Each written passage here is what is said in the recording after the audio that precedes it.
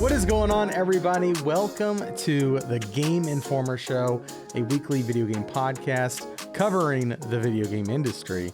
Join us every Thursday for a discussion about the latest gaming news, reviews, and exclusive reveals alongside Game Informer staff and special guests from around the industry. I'm one of your hosts today, Alex Van Aken, and today I'm joined by Kyle Hilliard. How you doing, Kyle? Hey, happy Final Fantasy VII Rebirth Reviews Week. Yes, happy day indeed. Can't wait to celebrate by really using all of my hair products, getting it all, spiked up. That's how we're going to be observing the holiday in my household. Refreshing OpenCritic, refreshing Metacritic, looking at all the other sites' reviews. Of course, we all know those days. We are also joined by Marcus Stewart. How you doing, Marcus? I'm doing well. It's been a while. Forgot what it was like to do this. Yeah. Yeah. You also haven't been speaking in general. You took a vow of silence for the last 2 weeks. Yes, as I'm known to do at this time of year. Yes. Some people do dry January. Others do, 2 weeks Shut in February. The hell up, February. Yeah. Welcome, sir. How are you? I'm doing well. I'm excited to talk about a bunch of games with you guys. Yeah, we've got a list. We'll go through that rundown in a second so you know what you can look forward to. We're also joined by Brian Shea. Hello, Brian. Hello. I never shut the hell up, so happy to be here. And then rounding the show out today is the news hound himself, Wesley LeBlanc. How you doing, Wes? I'm doing great. I'm out of my Final Fantasy VII Rebirth hole. I've re-entered society. I'm writing news again. It's great to be back. Thanks for having me. Have you seen your shadow? Does that mean the game's good when you came out of your hole, or what? I would judge a game based on what comes out of my hole, or based on when I come out of my. I could tell you were thinking about. I could tell you were like, "Am I gonna say this?" We're off to the races. We are off to the races. We are going to be covering a lot of games today. Final Fantasy VII Rebirth, as Wes mentioned, Princess Peach Showtime, Balatro, gigantic Rampage Edition, and also maybe talking about the Shadow of the Erdtree trailer and some Nintendo Direct highlights. So it's a busy week. We've got an awesome panel here to talk about all of that stuff. Guys, let's get started. Wes, we're gonna pass the baton to you. It's Final Fantasy VII Rebirth, as Kyle mentioned. It's review day. It's all dropping. Tell us what you thought. Final Fantasy VII Rebirth. After 80 hours of that game over the past couple of weeks, I'm happy to report that Final Fantasy VII Rebirth is good. It's great, even. You saw his shadow. Great. Yes, the shadow came out of my hole. It's a good day to be a Final Fantasy VII fan. You got a number to give to that great? Are you ready for that? Because at the time of recording, it hasn't published, and it's still going through edits, right? Still in the edits phase, but the number I attached to it at first is an 8.5. Okay. All right. Which, we go through edits and our voices are all pitching up higher. pretty cool. We go through edits and maybe people think, hey, it doesn't read like an 8.5, but my initial draft, I think it's an 8.5, and that's kind of the score that I feel this game gets from me. Which is to say, it's not the 10 I would probably give Remake. I think Remake is a better game, a much better game in a lot of ways. It's one of my favorite games of all time. One of my easily top 3 on PS4. Rebirth stumbles a bit in places Remake does not. And that is because Rebirth does something that its predecessor also did not, which is open the planet wide for exploration. There are various open areas to explore.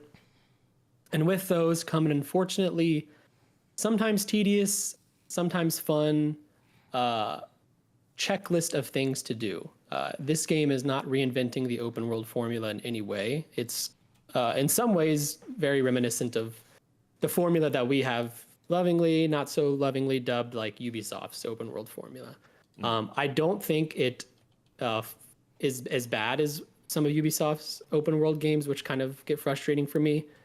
But it is very repetitive. Once you go to an open area, you will see, okay, here's the things you can do. These are the different types of quests, different types of objectives, the hunts, the towers, the scavenger hunts, this and that. And then when you go to the next open area, you will see the same things. And then when you go to the next open area, you will see the same things. And while they are fun at first, after my 80 hours with the game, they do start to get a little monotonous. And there are some areas that are way better designed than others, where some tediousness, I don't know. They get tedious to explore. So now I've got these open world things that I'm doing in every area and I'm enjoying, but now they're tedious to get to and tedious to explore on the back of a chocobo. And I start to feel the frustrations of the open world formula. I think that's my biggest issue. I think we're all, I mean, maybe I'm just speaking for myself, but I'm absolutely spoiled by Breath of the Wild, Tears of the Kingdom, like point walking, right? Like you can just climb any mountain, and every open world game that has like, oh, actually you have to kind of take this obscure path to sort of get around it to get up there. It's a little frustrating, and it's like, it's fine, right? It's like, that is how walking around works in real life. But it's just, I can't, sometimes I just like get like, oh, can I just like climb this wall here? This would make my life so much easier. And you kind of, I've run into that a little Rebirth. Yeah. I feel that very much, like playing this, and I like the open world. I like standard open world design. Like it's fun to have a checklist and knock things off, but we are in a world where, like, for all its faults, like the open world formula stayed largely the same for like the entire PS4 generation, maybe even before that. And then all of a sudden, games like Breath of the Wild and I would say Elden Ring infused like brand new life into the open world formula. I was very fatigued with it. And then those games came along and showed like, no, you can revolutionize the open world and make it completely different. And I guess I would have wanted Rebirth to do that. I didn't necessarily expect it to, but it is just more of a traditional open world, which is to say there's still fun to be had and I still enjoyed it quite a lot, but there are all the issues that come with a standard open world baked into this. However, the reason I would give it the reason it gets an 8.5 is I think what's holding it back is the open world, because within Rebirth, and I have this in my review, like Remake exists in Rebirth, which is to say a mostly linear, narrative focused adventure with excellent combat still lives in Rebirth. And if you mainline this game, which I don't think you could because you need to go grind some open world stuff to stay at the correct level. But if you mainlined it, this game is as great as Remake for me. I loved the main story quests. There are a few chapters that are needlessly overstuffed and they have some excruciating pacing at sometimes, kind of like Remake does. But like, man, when you're in the story content and when you're fighting classic bosses from OG7 and new bosses for this game, it's a thrill like none other. It's the reason why I love this Remake project so far. And Wes, real quick, you're coming at it from a perspective like you played the original and loved the original, yes. Right? Yeah. Okay, cool. Yeah, because I would actually like to ask, like, because of that, does it feel like it stretches the story out in a way? Like Remake, a lot of times felt like, okay, we're really stretching this out because that Midgar section is such a small part of the original game. But with this covering more ground, does it still feel like are we still doing this, like kind of padding because we can't get to the gold saucer yet or anything like that? Or there are a couple before chapters. You answer, Wes, before you answer, don't you dare spoil a single thing about this game. So help me God. Oh, no. Okay. I literally can't. I don't know if you can see, but was to spoil the game. I'm sorry. Yeah. No, I was ordered by Square Enix to disclaimer. open my window so they can get a target on my head. Like, Yeah, if I spoil something, yeah. Boom. This is going to be Shinra soldier show up. I thought that was your wife playing with the dog with the laser pointer, but no, that's Square Enix. The scopes are on you. Okay. That's more a disclaimer for listeners, because I know people are understandably very sensitive about it, and I just want to like remind them Wes isn't going to spoil anything. Don't. Yeah. Unless he wants to, you know. Yeah, if he wants to, and Yeah, like the ending. they take him out. They take him out live on the podcast. That would actually probably be pretty good for our viewership. Yeah. The sacrifice of Miller. Yeah. Let's do it. I mean, Here we go. I don't think we'd publish that episode. To be clear, I think we'd destroy the footage. Final Fantasy VII Rebirth review. Wesley LeBlanc assassination. Balatro. It's a good headline. Anyway, to answer your question, Marcus, they definitely stretch things out, and there are just a few chapters where I was like, why are we doing this? There's one in Remake, I can't remember what, but you're in the slums and you're helping the kids with boxes and all that stuff. It is a terrible chapter, and it's just a bunch of boring quests. There's one chapter in here, and it might even be the same numbered chapter as Remake, coincidentally, where I was like, why is this happening? Why am I doing this? Where I'm just doing did some exciting stuff. I have exciting stuff coming up. And then they were like, how about you just do some not fun stuff for 2 to 3 hours and you enjoy that? And I'm like, I don't enjoy that. There's a few moments like that. Like, I'll ask you offline so we don't spoil it, but I'm interested to hear which part you're talking about. Yeah. You have already done it. I know where you're at. You've already done it, Brian. So yeah, I'm interested to hear what you're describing. Yeah, I'd like to know the chapter number so that when we get to the third game and we get to that point, we know this is the not fun part. And they all they spell out 666. Oh my god. So I feel like every Final Fantasy game these days has that one chapter that everybody just dreads. Like, remember, like Final Fantasy 15 had it. They eventually fixed it in post, but like, you know, does 16 have it? I didn't make it super deep. Helping mid with the ship stuff. I would say. Yeah, pretty much any I monitored it.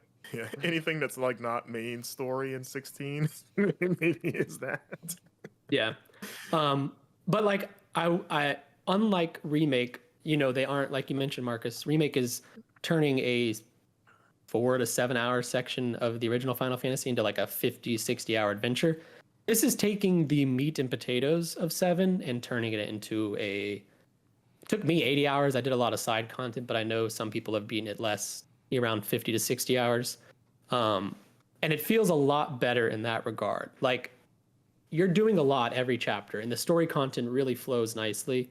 There's just a few sections where I'm like, it's just bogged down with boring fetch quests and stuff that's not in the original game.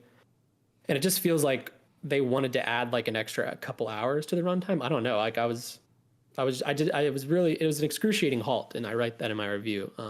But for the most part, I think it does a really good job of expanding on the original story and telling the original story, this part of the game. Right. So you're happy with the story, even if you can't tell us why. Yeah, I'm very, very happy with the story. Oh, good. I think that's cool. This was probably the hardest and most important part of the original Final Fantasy VII in terms of like the story content, because there's a lot of ground to cover. And I'm really happy with how they did it and how well they explain things and mysteries and secrets and new additions. Like, I think they did a really, really, really good job in terms of the story. If I was reviewing this based on just a main line through the main story, it'd get a much higher score.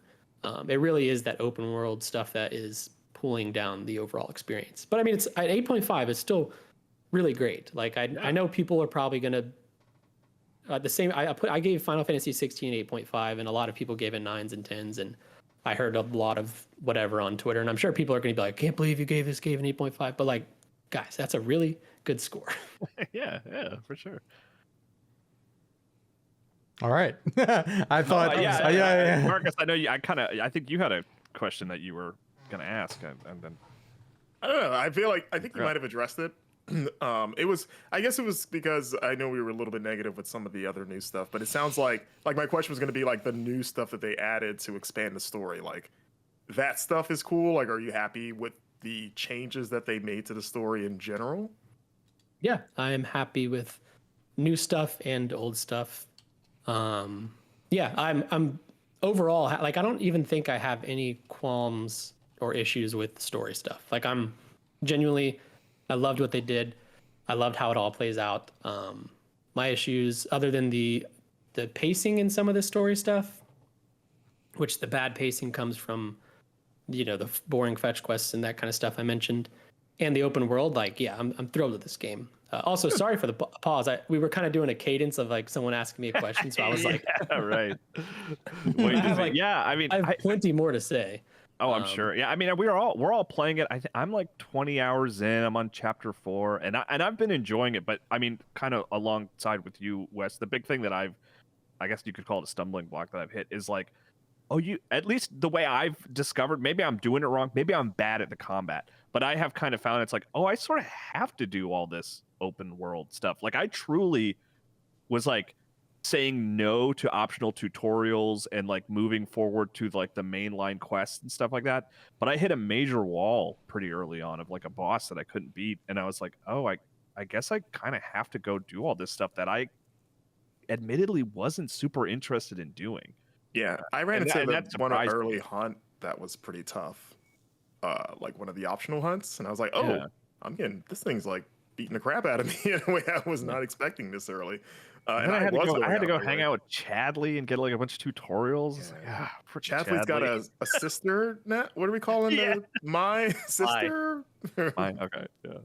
Girlfriend? Yeah, I mean, it was definitely- nice. I mean, it was. I kind of had to because it's like they do expect you to have a little bit of your basics already down when you start. I mean, they give you a little tutorial, but I mean, I would, as like an early tip for you, if you're jumping into Rebirth, go spend some time with Chadley. Do all those like tutorials and stuff. You get rewards for doing them. You get experience and stuff. But like, I found that helped me a lot to just get like to help me sort of reacclimate.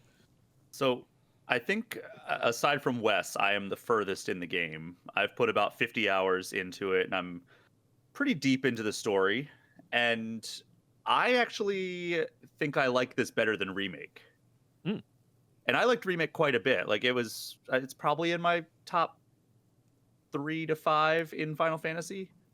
And I think I like Rebirth more than that. And I will say, like kind of full disclosure, I am a big sucker for like open worlds. Like I love the Assassin's Creed series. Like, Assassin's Creed Odyssey was like the ultimate checklist open world game, and that's my favorite entry in the series. Same thing for stuff like Arkham Knight, Arkham City, stuff like that, where it's like you're just kind of going around completing these tasks and just exploring different parts of the world or city or whatever setting it's in. And even though Breath of the Wild and Tears of the Kingdom are among my favorite games of all time, I do really like a structured open world where it's like, hey, go here and do this, and then go here and do this. And while I agree that there are a lot of things that are just kind of on repeat, like, okay, well, I know that when I go to this new region, I'm going to have this, like, I have to find the life stream springs, and I have to find the sanctuaries for the summons and everything, and the optional hunts and the expeditions. Pull up my phone that looks like a gun to call Chadley. I mean, you have we to had aim in the distance to call Chadley. Yeah, went from a gun blade to a gun phone. It's just Final Fantasy. Man. So, like, even though like there is some very obvious repetition in there, I still enjoy going from like task to task in each region. And I've been doing that in most regions prior to doing like the story stuff. Like there's been a couple times where I'm just like, okay, I'm ready to move on from this region, especially the ones that, as you mentioned, Wes, are not as well designed as others. There are some that like just don't feel great to explore in. And there's been like times where it's like, how do I get up to that? Or how do I go over to there? And it's like, I'll try a few things and that doesn't work. And I'm like, all right, I'm just going to move on. I'll come back eventually. But like, yeah, I mean, I think I'm having a blast with it. It's easily my favorite game of the year so far. I have not put more than, I think I put about 20 hours into Like a Dragon so far, or about 10 to 15, I don't know, somewhere in there. I've finished Persona 3 Reload.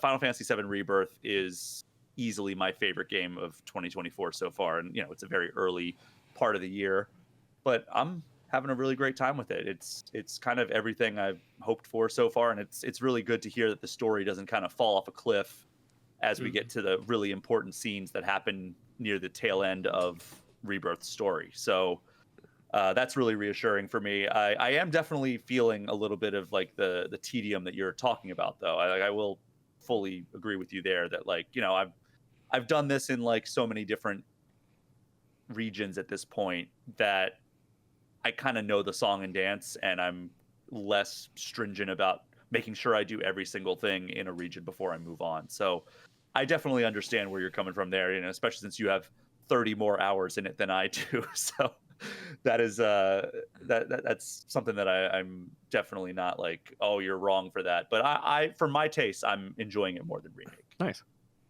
Yeah, it's funny reviewing games because like you put a score on it and you have to like really think through all your thoughts. Where I didn't review Remake, and I know Remake has problems, but when I look back on it 4 years ago, I'm like, oh, this is like one of my all-time favorite games, because my brain kind of just forgets that chapter that's really boring, and I remember the awesome conclusion to that game, and just the wow moment of like, oh, they actually did it, like this rules, and then the whispers and all that stuff. So like Rebirth is probably my favorite game I've played this year still, even though I've already reviewed a game a much higher score this year. But yeah, like when you're reviewing it, it's interesting because you go through all the thoughts. You don't, when you're not reviewing it, I can just be like, yeah, story ruled, this game's awesome, kicks ass, I loved it. But I'm like having to really process, okay, like here's my issues with it, here's what I liked about it. So it's like always a fun and hard job, especially with the series I love so much. Like Final Fantasy is my favorite game series out there. But I think I'm probably one of its harshest critics because I love it so much. So this is probably the hardest review I've written, just having to like really dive into what worked and what didn't work for me. And I knew it would be because the open world stuff is not questionable, but it's risky. Like open worlds more often than not can get tedious and can get boring. And so to add that to a game series that I don't necessarily think needed an open world to this scale, yeah, it was fun to look at that in a reviewer's light. Yeah, the review process is always, especially for a game and a series that you really like, because you have to pull back and kind of look at it like the parts that work, the parts that don't, and kind of balance that against like your own preferences. So it's always a kind of a difficult dance to pull off. So I'm glad you were able to get through it though, because it is definitely these giant RPGs are monsters. Like, between you, me, and Blake, I think we've all put about anywhere between 80 to 100 hours into a giant RPG because of Like a Dragon, Persona, and Final Fantasy VII Rebirth for review. And those are both marathons and sprints at the same time. It's like a sprinted marathon. So yeah, there's always the moment where you're doing it and I'm at a good pace and I'm like, okay, I'm doing well. And then the embargo is like getting closer and closer and you're like, okay, my pace is still pretty good, but the embargo's coming up. And then like, it's always those I can never get the timing right. It's always those final few days where I'm like, okay, I really got to do it. And somehow I always underestimate the endings and it's like, oh, I'll beat this in 5 hours. Nope, I'm going to beat this in 20 hours and I'm going to have to really power through. I don't know. I guess I just need to pace my time out better. I had a moment of panic when, speaking of like reviewing big games, when I was out in Los Angeles for the final Final Fantasy VII Rebirth event, I ran into a fellow game critic in the hotel lobby, and I had mentioned like, oh yeah, I'm taking time away from Persona 3 Reload so I'm reviewing that to be out here, and he was like, oh yeah, I'm reviewing it too, and I was about 25 hours deep at that point. And he was like, oh my God, I'm so far behind. I'm only 45 hours into this game. And I'm just like, oh no. You're like, yeah, me too. At Summer Game Fest last year, I went and I was also reviewing Final Fantasy 16. And the voice of Clive Ben Starr recognized me from Twitter because we're mutuals and he had been excited about our cover stuff. And he was like, where are you at? And I was like, I just did the Titan fight. I feel like I'm getting close to the end. He was like, oh no, that's like halfway. And I was like, oh God. So like when I had to go, I was like, okay, when I get home, it's serious. It's time to like really play this game. Reality check from Clive himself. Yeah, from Clive. I know. In the voice of Clive. But yeah, like, I don't know. Rebirth rules. I think I don't think anyone who likes remake in Final Fantasy VII is going to come away disappointed. I think your mileage will vary based on your feelings on open world design. And that's really what it's going to come down to. If you struggle with open worlds because they just require a lot and take a lot of time, then this game will probably be a little tougher for you. Whereas if you, like Brian mentioned, like you really dig like a checklist and kind of just working through it, which I do to an extent, I think it will work for you. But like, I'm so excited for people to beat this game and for everyone to be talking about it. It's going to be very fun to analyze and dissect and I guess theory speak to or whatever. It's a cool game. Maybe we'll have to do a special edition of the Game Informer show in the coming weeks of a spoiled. Yes, I would love nothing more. God, can I shout out real quick too? One of the best things of the game so far for me, Queen's Blood. the card game Yes. that you can play. That thing is I so love good. Queen's Blood. It's like I was like, is this the best card game they've ever made for a Final Fantasy game? Because I have challenged every single person that I've seen in that. Yeah. And That like is the first thing I do. Every time I go to like a new town, I'm like, are there any Queen's Blood players? I don't know what it is. It's such a fun, and some of the dumbest characters are like the Queen's Blood players. Like you meet the biggest weirdos. Like, oh, here's a lady that surrounds herself with boxes for some reason because she's like really into being fortified, and then you walk through her boxes, and that's how you challenge her because she gets so mad that she did that. Or like there's one guy who just cries all the time, and I think his name was like Crying Steve or something like that. And you talk to him, he's just like, I just want to play card games. And it's just like, I just love all of these weird, like almost like it's basically Yu-Gi-Oh! Of like having everyone's obsessed with this card game and they're all weird personalities. And even just the touch of like, for some reason, every time you sit down, there's like a sword holder in Cloud's chair. And you're like, who else uses this besides him? Like, was this made for him? It's ridiculous. And I love it. I want to become the best Queen's. I had a line in my review, but I took it out just because it was quite wordy. But Queen's Blood is my favorite in-game game within a game, whatever you want to call it. Like I'm like you, I play it, and when I see Queen's Blood pop up on the map, I go and do it. It's not only like a great card game, but it also has probably one of the most intriguing storylines of the side stuff. Like there is a Yu-Gi-Oh-esque storyline that plays out in Queen's Blood as you progress, because there's like boss people to fight, and it's really interesting. I haven't quite beat it yet. I'm almost done with that storyline, but it is really, really cool. Marcus, you loving Yu-Gi-Oh, you will love it a good bit. I've already put like 15 hours and I'm only on chapter 3 because I've been running around and doing Queen's Blood stuff. Don't say that. I was not expecting it either, the storyline. But yeah, I'm very much intrigued by what's going on there. Yeah, it kind of speaks to like, there's a lot of, I mean, Final Fantasy VII is a really weird game. And like the original is just weird and wacky and zany. And they really definitely nail that tone in the side stuff, especially once you do side quests or things like Queen's Blood, which has its own little storyline playing out. There's like some weird and funny stuff that happens in the game's side content. There's also some of the like repetitive stuff like, oh, another combat hunt or a treasure cache location where you got to search for a couple treasures. But yeah, I would encourage people to do side quests that sound interesting to them because they have some really great moments. And they also build up your repertoire with your party members because there's now like special relationship meters to indicate how close Cloud is to them. Yeah, not the most in-depth system, but very, very cool nonetheless. Awesome. Well, speaking of card games that we can't seem to put down, I've been playing a game called Balatro. Has anybody heard of this video game here? Yes. I've been playing it. I'm reviewing it for us. Oh, okay. So I didn't know that. Yeah. I started it. Okay. That's where we're at.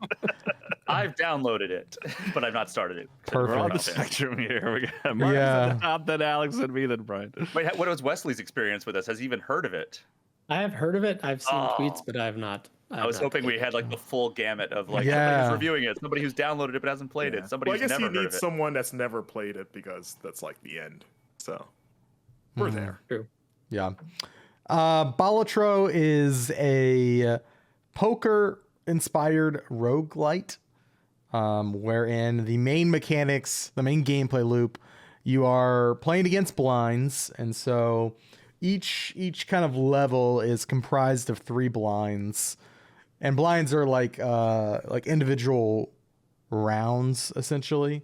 And so there's a small round, a large round blind, and then a boss blind. And you are trying to play poker to meet the score that the blind is set at. So, for instance, a small blind in level 1 might be worth, you might have to beat it, you might have to get 300 chips. And each card, like if you play a 10 on the table, that is worth 10 chips. And you have to, you have to manage your hand to, you can discard cards, you can hold on to things till a later hand. You're trying to play out like those classic poker hands. So like, royal flush, straights, pairs, 3 of a kind, 4 of a kind. And all of these have modifiers attached to them to increase your points, right? The amount of chips that you're getting by playing these cards. And where it becomes interesting, because I don't have anything against poker. I don't play poker. I will say this game does a good job of teaching you the fundamentals. Alex, you actually seem like a poker player to me. I would have guessed that you were a poker player.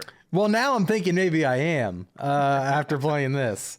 Where it kind of like puts it on its head is so Balatro. That's like an old like Roman joker, right? Like that's an old. So they used to call what that means? That's what they used to call like jesters and stuff.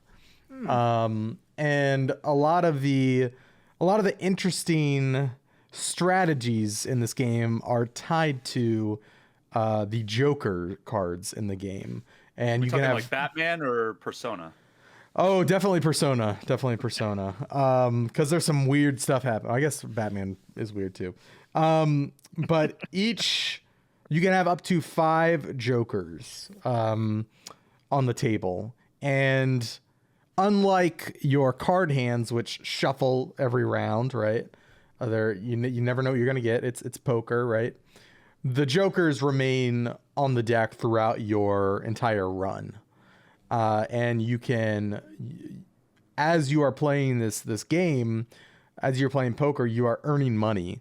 And in between, blinds, in between the rounds, you have like a checkpoint at the shop where you can buy new cards. And a lot of like I was talking about the Jokers particularly, they all have interesting powers that affect the game. So one Joker might be gain extra chips for every odd numbered card that you play in your hand. Another Joker might be all cards are now considered face cards. And then you might get another that says gain a 2x multiplier with every face card you play. Yeah. And so you can start to see the synergies that start to happen here. One really interesting one that I got that I held for a while was like, hey, if you don't play this type of card, like if you keep face cards in your hand, you'll get more money. So it's almost discouraging of like, oh, I could play this, but maybe I don't because the longer I keep it in my hand, the score multiplier goes up every turn. So it's this weird strategy of like you have to have some restraint a bit. Yeah. And so you can get some really I've heard a lot of people talk about this game. I mean, what is it that's so like? Why is it grabbing you? Is it grabbing you guys? Like, what is it that's like interesting about it, other than like mechanically? Like, does it have a story? I've really played like 5 minutes. I played like a little bit of the tutorial. I mean, so I don't know how to play poker, and I don't care about poker. That's where I am all. too. And I get annoyed when video games try to teach me poker when I don't want to learn it. Like they kind of surprise. Like I remember there was a mission in the first Red Dead where it was like, oh, you need to play a poker game to win. And I was like, I didn't notice it was a thing, and I got to learn this game on the spot. And I'm not in the mindset to learn how this thing works. My poker knowledge is basically from TV and movies, like watching James Bond, and like, oh yeah, I've heard royal flush is good. I don't know what that actually means. And like Alex said, like this game does a good job because you're not playing poker against someone else. Yeah, you're not like you're not calling or doubling down or anything like that. I don't even know what that means. It's like, like I don't even know what any of that stuff means, like blinds and stuff. I don't know what that means in the traditional sense. And that's kind of what's been fun for me because they do a good job of like they have like a reference that you like a button that you can click anytime you want that gives you breakdowns of like here's what every like hand means of like this is what a straight is, this is what a royal flush is, this is what pairs mean. And that has been invaluable where like I have like internalized that now in a way that I never have at any other time I've tried to even attempt to play poker. And I think because you're not playing against other people, you're literally just trying to earn enough chips to go to the next round. Like no one else is throwing hands to be like, oh, actually I beat you. It's literally like try to get to the number of chips to progress.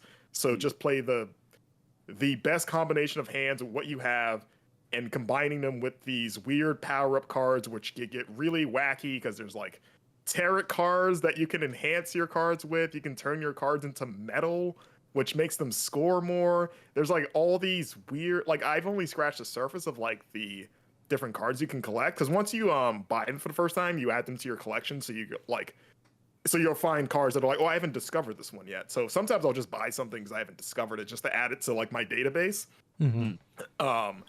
And it's really quick. Like it's really quick rounds to get through. Like there are times where I've won a round with one hand because it just, luck of the draw. It's like, oh, like I played this amazing hand and it immediately earned me like double the score than I needed. It's like really snappy. It's the goofiness of it, of like just the weirdness combined with like, I guess the base strategy behind poker blends really well. And it's one of those things where I didn't think I would be into it. And I just tried it because I was in like, hearing the buzz.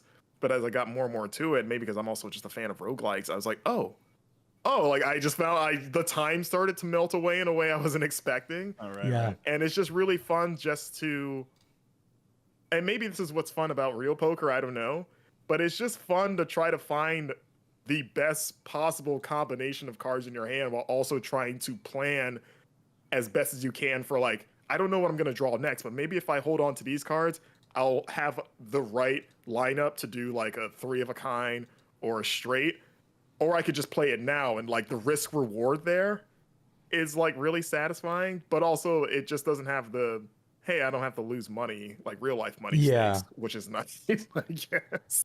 Yeah. I downloaded this game yesterday morning or maybe the night before, and I've got 5 hours in it already. Like it's and you asked like what is the like is there a story? There isn't a story as far as I'm aware. Doesn't seem like but it's the thing where like basically yeah it's like it's a very gameplay focused roguelite where you are getting, it's hard, like you when you lose, it's almost like Vampire Survivors. You lose, you're like, oh, I know I want to do I had this idea, I want to do this, let's do a new run.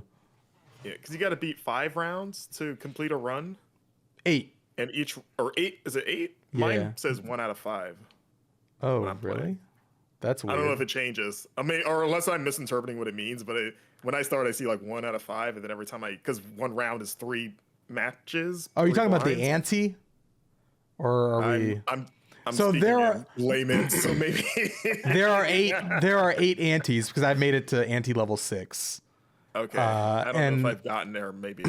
And each ante is like, there are like up to, I'm guessing like you have to beat 8 bosses to finish. I don't know what happens after that. I haven't gotten to I haven't finished a run yet. I'm actually really close. And also what I appreciate about this game that all roguelikes should do is that you can leave mid-run and not start over. Yes. You can just save and quit. So I'm at the end of a run right now. Yeah. But yeah, there's also, in that mid-game shop, you can buy things like new vouchers that like permanently alter your run. You can level up your cards, so you can make some cards foil or holographic, and that changes the amount of chips that it gives you, or the multiplier that's attached to it, or maybe some other interesting property. You can swap cards as suits. So like you can start to like, it starts as like a 52 card deck, but you are slowly like, you can add to your deck. So, I had a 58 like card deck. It's like a deck builder in that way. Yeah. Like you're literally opening packs and be like, oh, I got this like right now I got this sick ass 8 of clubs. It's like the most random thing. It's like the super holographic and powerful 8 of clubs. Yeah, and so you want to try to use that. But playing card decks should start having holographic cards mixed in. Yeah, they should. Yeah, just go full TCG. Yeah, and there are different booster packs that you can get like during your run. Like they help with your run. They aren't like there is like a card unlocking system like based on your progress. Like you unlock more cards. That's kind of like the roguelite mechanic that helps you. Is like as you're playing, you can unlock new decks to play with, and then new cards, new Joker cards, that kind of thing that come up during your runs. But mid run, you can open booster packs to unlock tarot cards, which like are traditionally used for like improving and upgrading your cards themselves. Then there are planet cards, which upgrade your your moves essentially. So like if I play a 2-pair, I can upgrade my 2-pair. So whenever I play a 2-pair, it's level 2 and I get an additional modifier and chips. And I could like, let's say I find myself playing pairs a lot, and I can just like, I've had that leveled up to like level 6. So like me just laying down 2 cards that are the same suit was getting me so many more points than like even getting like a royal flush, because I had just like maxed out that, I had really put all my points into that kind of card. But then I got later, I don't remember exactly which one it was, I got to a boss that was like, that pretty much rendered that upgrade useless. And so, and my run ended there. The bosses have like weird debilitating effect. Like, every turn you're gonna lose 2 random cards from your hand. You know which one I hate? There's one boss, I haven't figured out how to beat it. And they're all in randomized order. But the cool thing about this game, there's a lot of cool stuff going on. You can copy the seed of your run and share it with a friend to see like if they can beat that seed. Cool. I didn't know that. Okay. Yeah. I think I saw that, but I didn't know what that meant. Okay, that's good to know. But one boss was you have to beat the boss in one hand.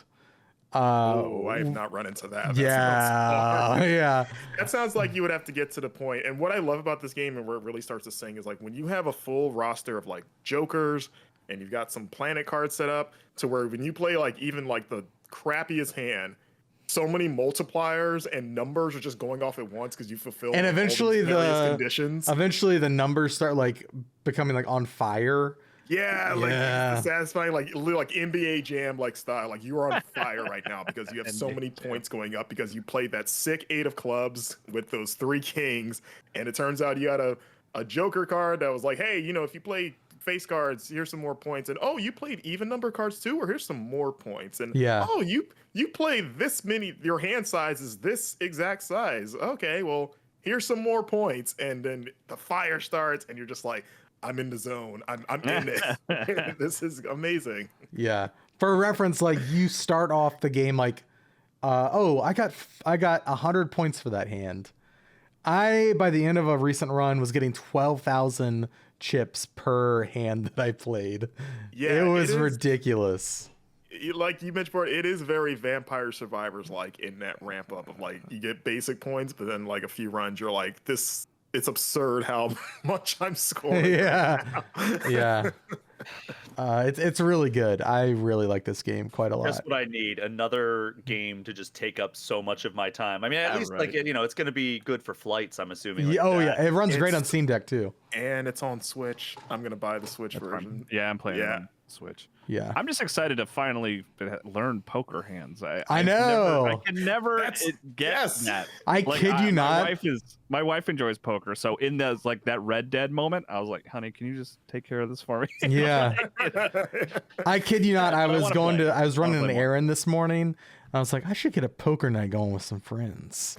But then I realized I like Balatro, not. Well, you can all get together and just play Balatro. Yeah, replicate Balatro in real life somehow. Like you got to make real life tarot cards and planet cards and stuff. Yeah.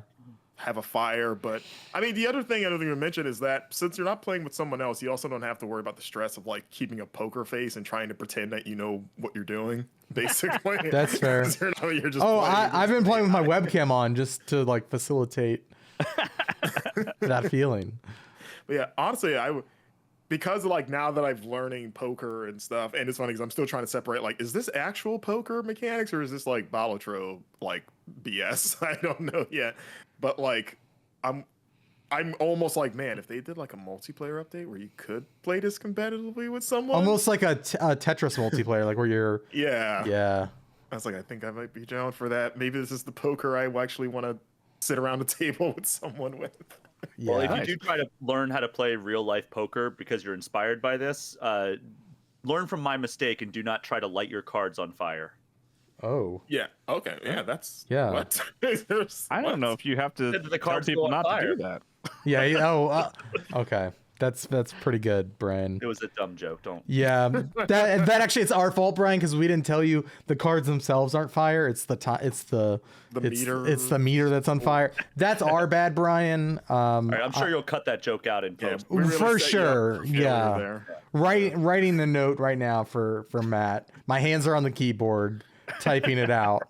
But But yeah, yeah, I will say, like I said, I'm reviewing the game, so keep an eye out for that in the coming days. But I already can tell, like this has serious potential to be my favorite game of the year so far. Wow. Like it's Jeez, that's been high very. I was hard to I pull was thinking about myself saying away that, from but I it. wasn't gonna say it.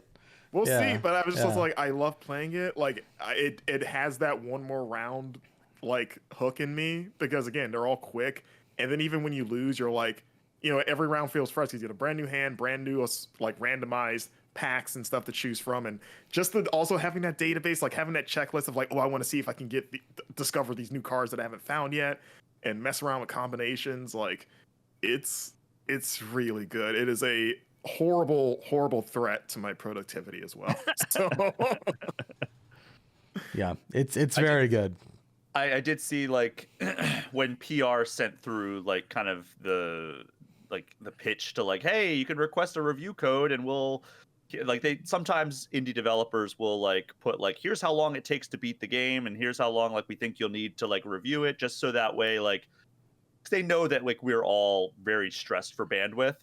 So for this one, the PR person put like, it takes like 5 to 10 hours to get a sense of like how much time you'll like, or like what you'll need to say for your review, but you'll probably want to put in about 100 hours or something like that. And I was like, okay, well maybe that's a little like That you see overly those kind of things, ambitious. you're like, all right, we'll see. Yeah. it sounds like they were spot on. Like I mean, I put so much time into the Steam demo alone, and now that I've got the full game, I'm like, oh man, this is it. And now that everything's unlocked in here, this is it. This well is now my I'm year, almost I ready guess. to start it up. Yeah, runs great on Steam Deck. I do want to say that. Yeah, it's good. We should do a feature later in the year when we're all like poker experts. We should try to play like competitive poker, like for real. Let's see if those skills. But translate. only having never played Balatro. Exactly. Well, Yeah. let's go to like Vegas and try to Yeah. see if we can win some poker. I lost my life savings thinking I could play poker in Vegas off Balatro alone. Yeah. Balatro ruined mine. my life. I like that. And if listeners are trying to look this game up and want to know how to spell it, it's Balatro. See, I've been saying Balatro. Are we saying Balatro? Am I adding like an unnecessary like it's face? Balatro. Balatro. Balatro. I'm saying BALA, right? Balatro. Yeah, okay. Balatro. It's out now. But I've been saying Balatro. I don't know why I put the emphasis on it. Yeah, like you're saying the Bellagio. Yeah, Bellagio. Yeah, that's it. I've got Vegas on the brain. Well, I've been playing. I'm sorry. This is gonna be the Alex Van Aken Power Hour. So if you're one of my enemies, I'm sorry. Can we talk about the Erdtree trailer before? Yes, please. I That's really- on the list. I'm just like, I had this moment this morning where I was like, we're covering. There's a bunch of Nintendo news, and I was like, oh yeah, I'll get that trailer too. And I watched that trailer, and I was just like, oh right, I forgot. I freaking love Elden Ring, and it was like so many moments of like Jack Skellington in like Christmas Town, where I'm like, what's that? What's this? What's this? Yep. What is that? That thing's head is spinning. Is that a bear's head as a weapon? I saw that too. Oh my god! I think that's got to be a spell, right? I know. I like horror video games, but they don't really like scare me in the traditional sense. Like I've never watched a game trailer for a horror game and been like scared in the way that watching this made me scared, where I was like, oh, this is gonna be stressful. Like I am watching this with dread. That like I'm gonna see that crazy spinning bear or lion. It looks like a lion head that like spins around, and it's like that thing's gonna kill me so much. Like, Yeah, that thing. I mean, I'm just trying to like prep of like I gotta get good at the game again because it's been so long since I've last played it. And it's like I'm hoping this moment I touch the controller and swing a sword, it all just comes flooding back because I put like 200 hours into that thing. But yeah, it's the same dread of like, man, I don't have my finesse that I had. Like I was so good at the end of this game. So Yeah, I think also the tease of like the first shot of this trailer is looking at the arm of Mikola, of the Erdtree, like the Melania's brother, who is like trapped by the other guy that starts with an M. I don't. I put the word in my story. Mick something. Is it McCormick? McDonald's. That's what McDonald's. it is. Yeah. McNuggets. Yeah. Michaela. Right? Oh yeah. But the bad guy, the evil bad guy, that traps him. I don't remember his name, but there's a lot of characters that start with M. A lot of them have red hair because they are descendants of the dad. Not Radon. Marika. I don't, dude. There's so many names in this game. So many names. Yeah, but it's Melania's brother because Melania's title is Melania Blade of Mikola, and the thought was like the theory is that like her brother was kidnapped and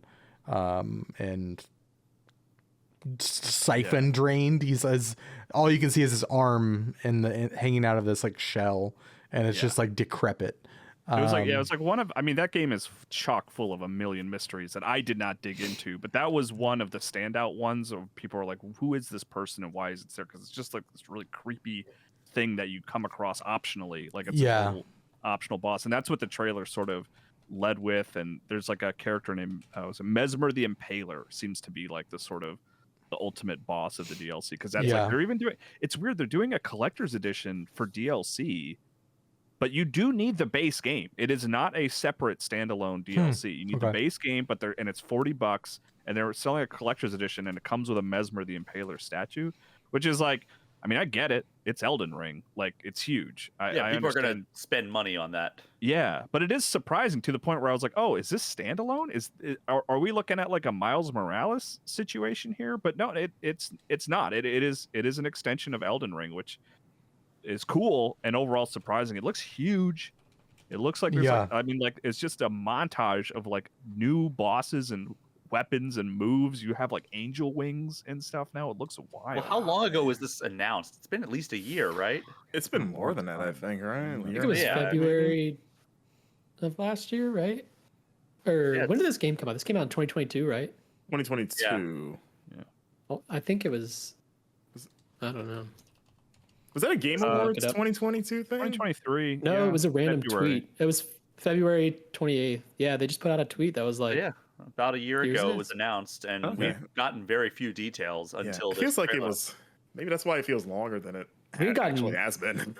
So. We've gotten no details. We got that tweet, and that was it. Other than like earnings reports where they're like, yeah, it's coming. But like as far as this trailer was the first hoorah for it. And I mean, I can't wait to watch what's his face's the YouTube guy that does the amazing lore breakdown videos of this trailer.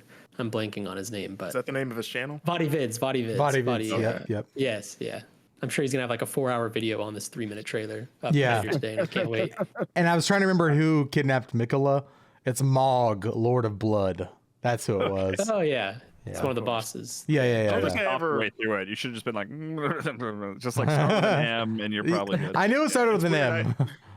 I never noticed that as someone with an M name. I don't think I noticed that so many Elden Ring like main characters had M names. It's just now dawning on me, like, I guess that was a thing. Maybe I'm in this game somewhere.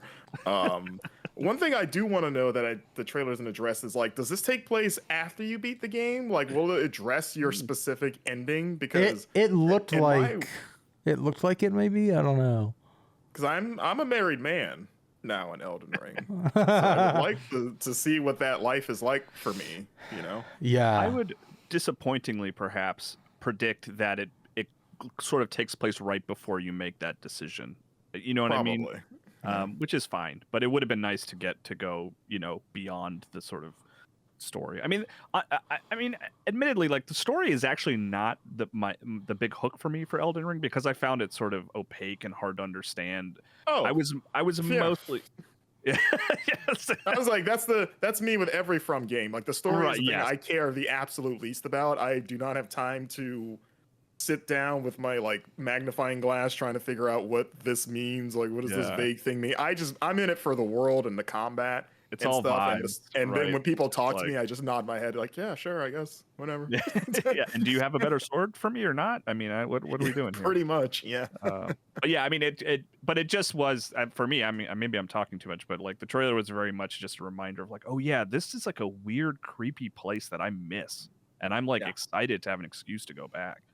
Absolutely. Yeah, I mean, I wrote a whole feature when I beat Elden Ring about how I had post Elden Ring depression Yeah. because of how much I love that game. I was like, it was so hard to move on from it. Of like, nothing will ever make me this happy ever again. Yeah, I'm stoked. It's coming in June, right? Is it June? Yeah, June 21st? Yeah. Oh, yeah. man, E3 time. Or, Brian, wait, I'm I'm gonna be sorry, sick not that day, E3 by the time. way. Feel a cold coming on. Yeah. Yeah. Or June 21st. You work at it. You could just tell Brian you want to review it, Wes. Yeah, I I don't mean, think you have to like. I don't know. I don't know if I have reviewed Souls games, but reviewing an Elden Ring, that's a. I have to dig deep into my soul and determine if I'm ready for that. That Yeah, sounds do- like it's a tough task. Dark Souls DLC is often like the ultimate challenge. Yeah. Which is why I really haven't played any of them. Like this one, I do want to play, but I am scared of that. It's just like, Oh, you absolutely. loved Elden Ring. Now here we're gonna just make it brutally difficult. And I was like, and I'm like, I mean, I just want to hang out here more. I don't really, I'm not Especially 'cause, looking, like, you know, Millennia is already the hardest boss I think From's ever made, and Miyazaki's already said in interviews that are going out today that like there are bosses as hard as Millennia, if not harder. So ugh, I do okay. think this will keep up the tradition of just being so brutal. And like, I don't Relentless. even know. Reviewing Souls games is so tough because like if you're stuck, you're just stuck. Like there's no guide for cheesing. There's no. I mean, I guess you could get help maybe because there's other people playing the game, but like you really just have to figure it out. Guys, And that's we, brutal. we know someone that works at Bandai Namco that's good at these games that we can tap, guys. We have a lifeline. I'm just We saying. we have the sources. We can evoke his name. Bandai It's- Namco doesn't own the IP anymore. From Software gained full independence of the The IP trademark, yeah. Oh, that's right. like yeah, a week wow. ago or something. I mean, I'm sure okay. Bandai's still Yeah, Bandai's still handling publishing marketing and publishing, but Elden Ring 2 might be its own Might be little indie game. independent. Yeah. Indie game. Yeah. indie All- game of the year. Elden Ring 2. I Thanks, think Jeff Keighley. I think the creepiest character in that trailer that they showed off was the lion, the undead looking lion with the man's feet, and he just got like these dead, beady, glowing eyes. It looks I mean, terrifying. yeah. Like His to your introduction, earlier- his mouth's open and he like, I think his foot or something like clicks his jaw into place. Yeah, And then it like so sick. yeah. I mean, to your point earlier, Kyle, like these games, I've always argued like these games are sometimes scarier than even like dedicated horror games. Like something about From Software's monster design is like genuinely unsettling a lot of the times where like it's a combination of like that's the coolest thing ever, but then most of the other times you just see something you're like, what is that? Like what am I even looking at? Like what I don't like it. Yeah, it's like contorting and just unnatural. weird eyeballs and stuff. Like I used Yeah. to hate those weird reptiles with the big old eyes that turn you to stone. Oh I yeah. used to hate looking at those guys. Imagine Oh. the smells of the lands between. Like What do you think Elden Ring smells like? It probably smells like the other lands between, if you know what I'm talking about. Hey yo. Yeah. Can I ask real quick? the shadow hole. Maybe this not to shame anyone here that played Elden Ring, but we all beat Millennia, right? Of course. Had to get the platinum. I certainly hung out in the area while someone else helped me out with it. I got that platinum, but no, I did not do Millennia on my own. No, Did you summon what's his name? Let me save. no, everyone. I didn't. Save her, whatever it is. I Solo- forget. let me solo Yeah, let me her. solo her. Yeah. I wished. Yeah, no, I had help. That's what we got to get for the review. If you get stuck, you got to hit him up. Like, did you get a copy? Can you come in here? We'll get you a code. I can't wait to play that. Yeah, looks great. Yeah, so psyched. Yeah. I'm happy for you guys. Great game, Brian. I genuinely just bounce off from software games like two magnets that are the same polarization. Like I try and like force it every single time one comes out. Elden Ring and Bloodborne are the two that I've gotten the closest. Like I've put like somewhere between 10 and 15 hours in both of them, and then eventually I was just like, I'm just so stressed playing this game. Why? I'm not having fun. Like I just want to go play something else. Yeah, but this is the one, Brian. This DLC is the one. Every single time a From Software game comes out, I'm like, maybe this is the one. And then every single time I'm told, oh wait, no, it's not, because there is no one. That's me in Sorry. Persona games. I appreciate it. I think that it's great for people who love it, and I'm happy for everybody who played Elden Ring and enjoyed it and is excited for this game or this DLC. Yeah, you're looking at 4 of them. Yes. Well, I recently traveled to New York City. And the reason New it's... York City. Oh, I thought we were all supposed to. That is such an outdated. Funny we all I'm talking about. at that. Hey, pace salsa. The reason that is important to this podcast is I was out there playing Princess Peach Showtime at a preview event. So I now know what that game is. Yeah. How is she, by the way? She's great. She's doing good. Is she all right? I met her. Yeah. She was hanging out with a lot of people, not just me, you know. So she liked you the most. I don't know. I think she might have had a better connection with somebody else, but because I told your her one-on-one interview, bachelor style. Yeah, I Alex. told her I didn't watch the Mario movie yet, and she didn't like that because that's a problem. I didn't know the Peaches lyrics to Peaches. Oh, okay, they're pretty complex. Yeah, I've heard. Yeah, I've been playing the Elden Ring of songs. Oh, definitely. It's a lot to keep up with. It's a real Bohemian Rhapsody, yeah. Yeah. So Princess Peach, I played about an hour of it. Do you guys have any questions before I just dive in? Yeah, what is this game? Okay, that's a good one.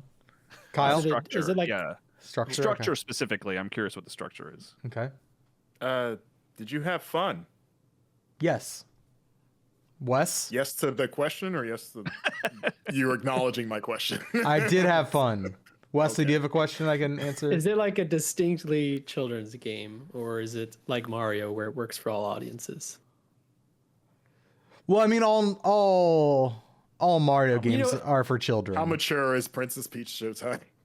I guess what I'm saying is like It's definitely a how- kid's game Yeah. that I think But, like, how adults will be able to enjoy Okay, that answers that. Cool. to an extent. I don't know. I haven't played the full thing. Is I don't this know. is it less Well, true. problematic than Super Princess Peach? I have not played Super Princess Peach, and I can't speak to the problems of that game.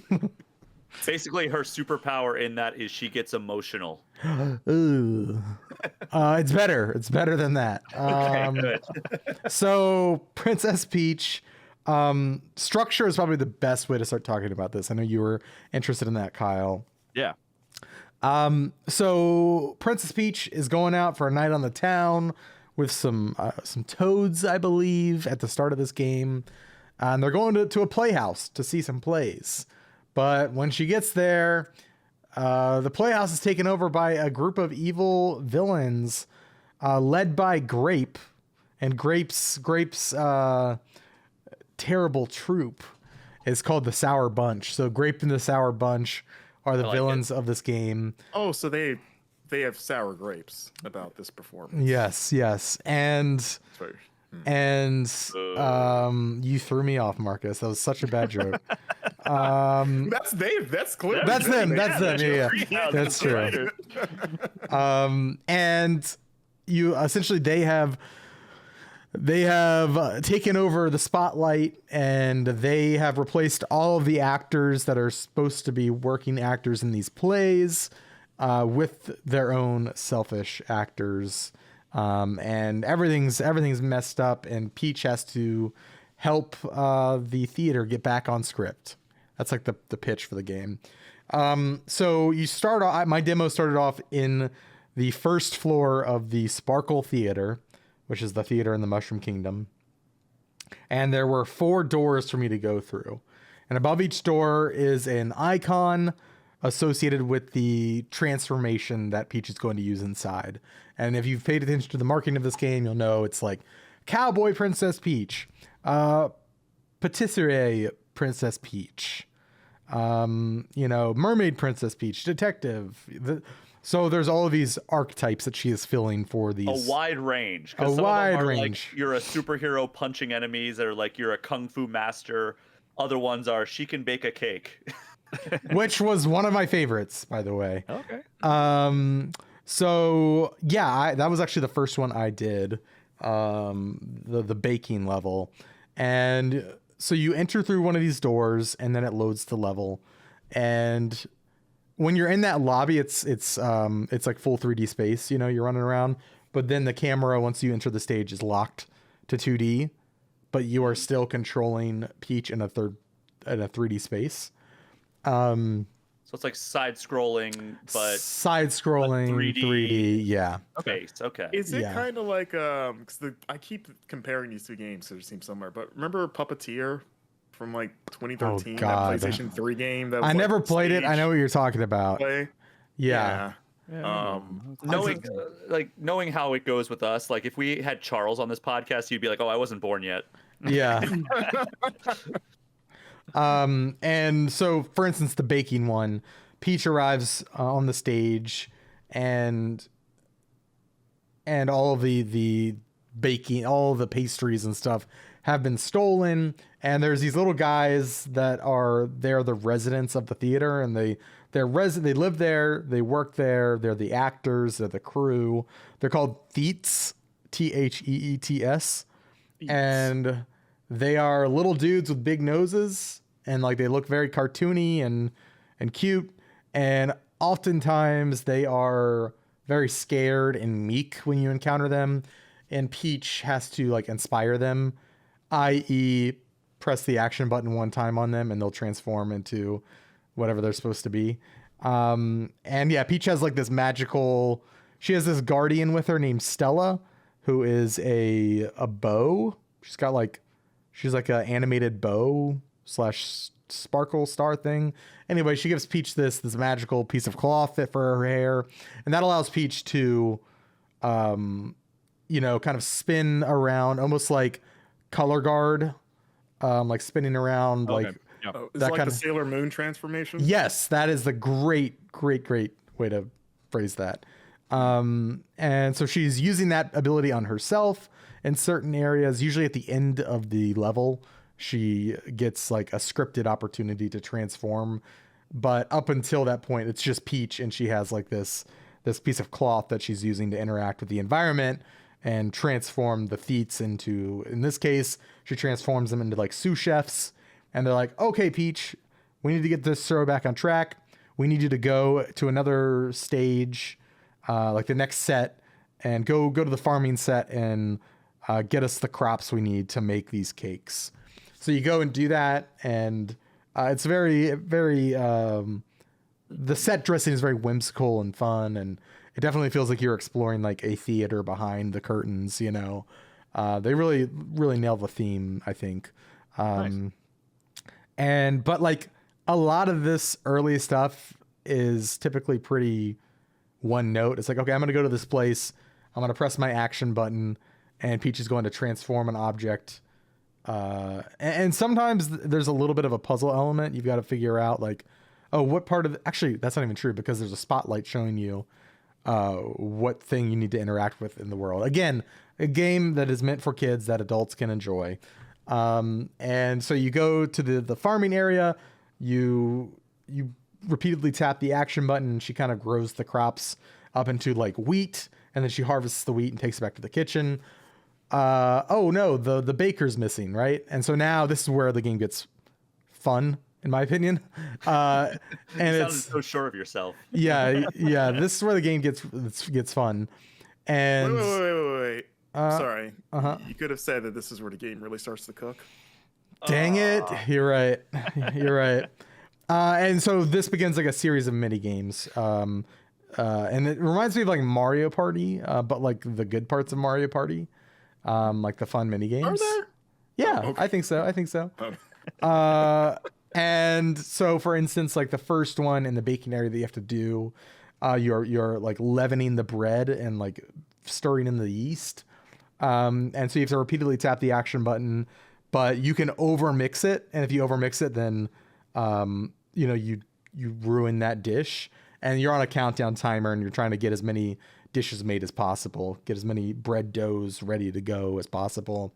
So that was fun. And you have to like, once you almost like overcooked style, once you finish the dish, you have to carry it and put it on these carts that are rolling by in the back of the stage. And then my favorite mini game that I played as part of this, it's a cake decorating mini game where on the side of the screen is like if you ever watched like Great British Bake Off, Yeah. you know how they do like their sketches of what they're trying to make first? Right. Like their on paper design.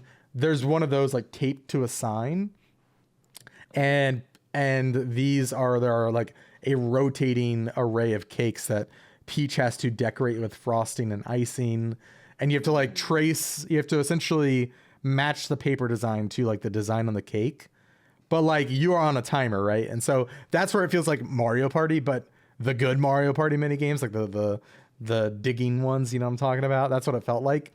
And if you nail it, then like the cake transforms into this beautiful display. And it's a really satisfying mini game. Yeah. Alex, please tell me they do the Food Network challenge thing of Peach has to then move the cake across the room without having it fall over. Sadly, no. Oh, man. A lot of the other theaters that you play through are much more like action oriented than the cake one. For instance, the cowboy one, you kind of go in, and the main mechanic once Peach unlocks her cowboy outfit is you are lassoing barrels and lassoing enemies, and there's like a cool boss fight where he is shooting bullets at you, and so you have to dodge the bullets, and then there's gonna be barrels that pop up. You have to lasso the barrel and throw it back at him. And so it reminds me of like Kirby and the Forgotten Lands bosses, where it like suddenly turns into like an arena, and there's like a very clear mechanic that you need to have nailed at that point to beat. And there's a lot of production value I think that goes into this game. The amount of like unique art assets is pretty stunning because you're constantly moving from set to set. It's a lot of fun to see like what they're going to show you next.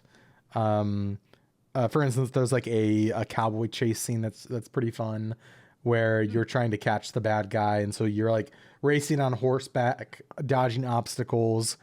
It's a game of, I feel like, a lot of variety and not a ton of depth, if I'm being honest.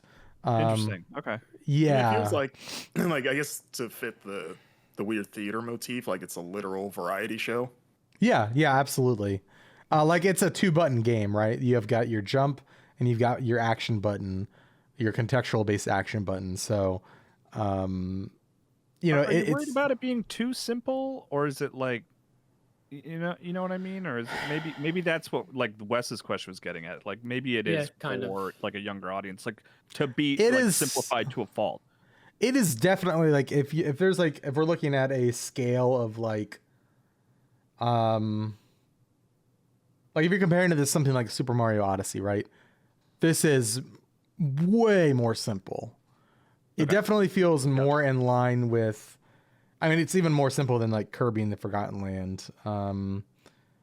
It definitely feels like that does get weirdly hard later. Yeah. The Forgotten Land, it's like it really like kicks your ass at a certain point. You're like, oh, I didn't see this coming, but all right. I'd say this is probably the easiest Nintendo game I've played for the Switch.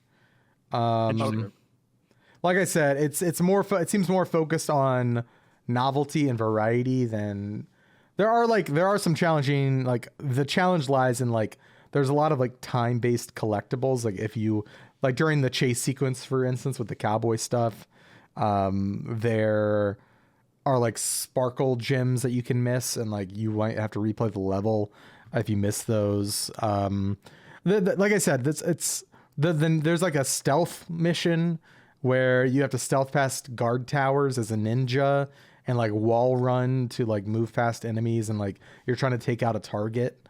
Like there's a lot of like the fun of this game was seeing how they were going to transform Peach.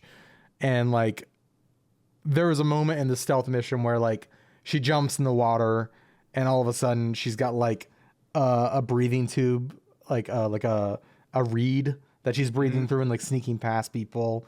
But then if you go up to a wall, she throws up like a tile sheet essentially that like matches the wall she's on, and she's like sneaking past guards. It's a lot of like, the fun is in like seeing the whimsy played out. Not okay, I gotcha. And I don't think this game is gonna like blow people out of the water, but I do think it's like fun and like pleasant.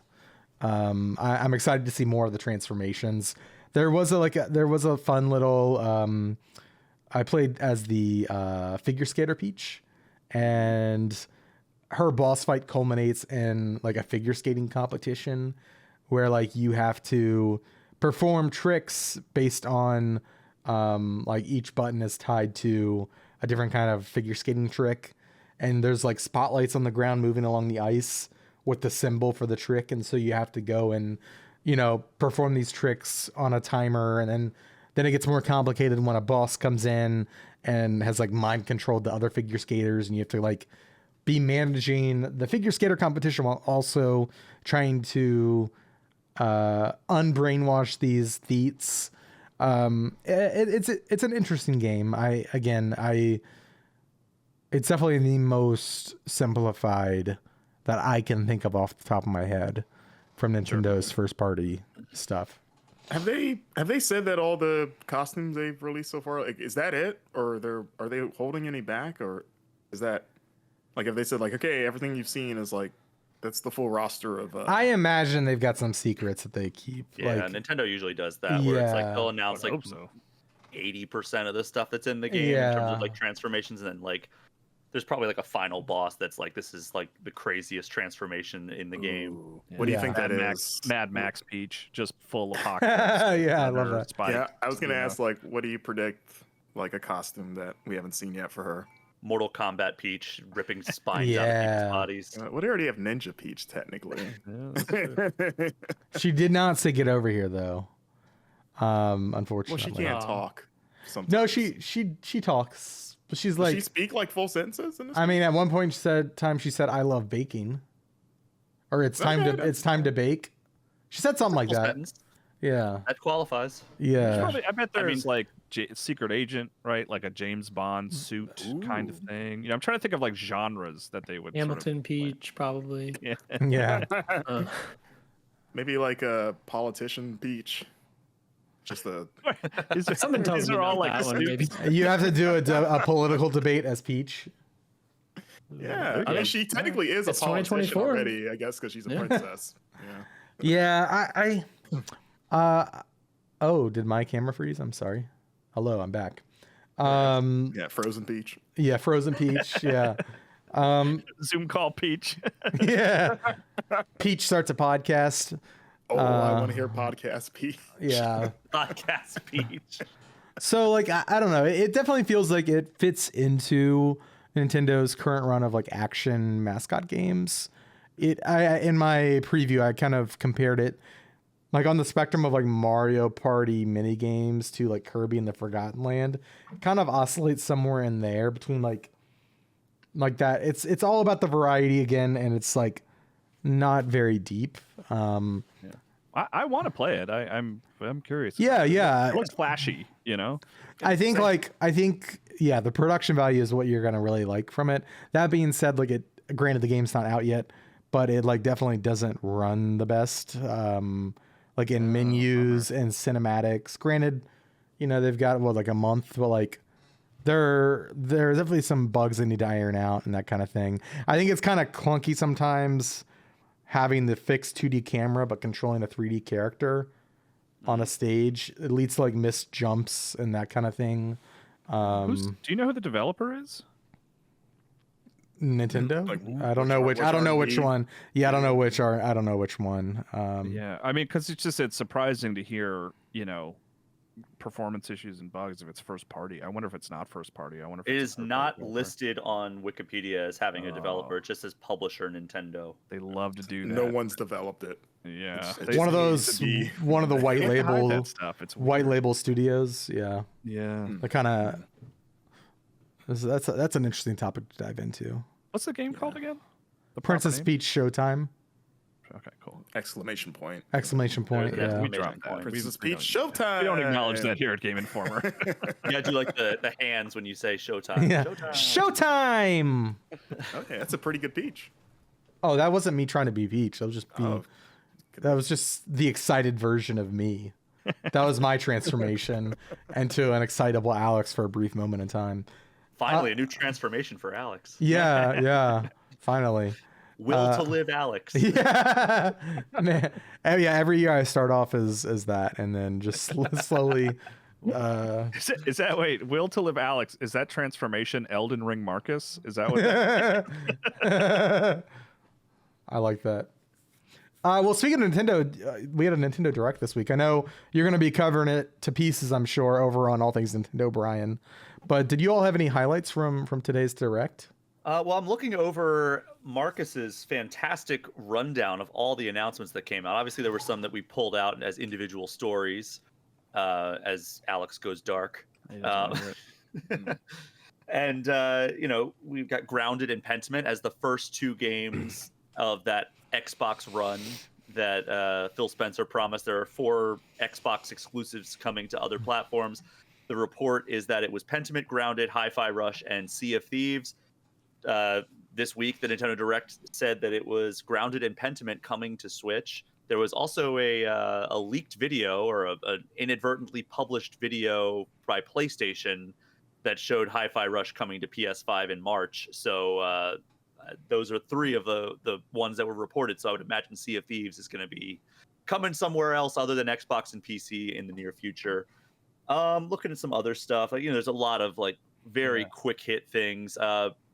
Monster Hunter Stories, the 3DS game, is coming to Switch in summer.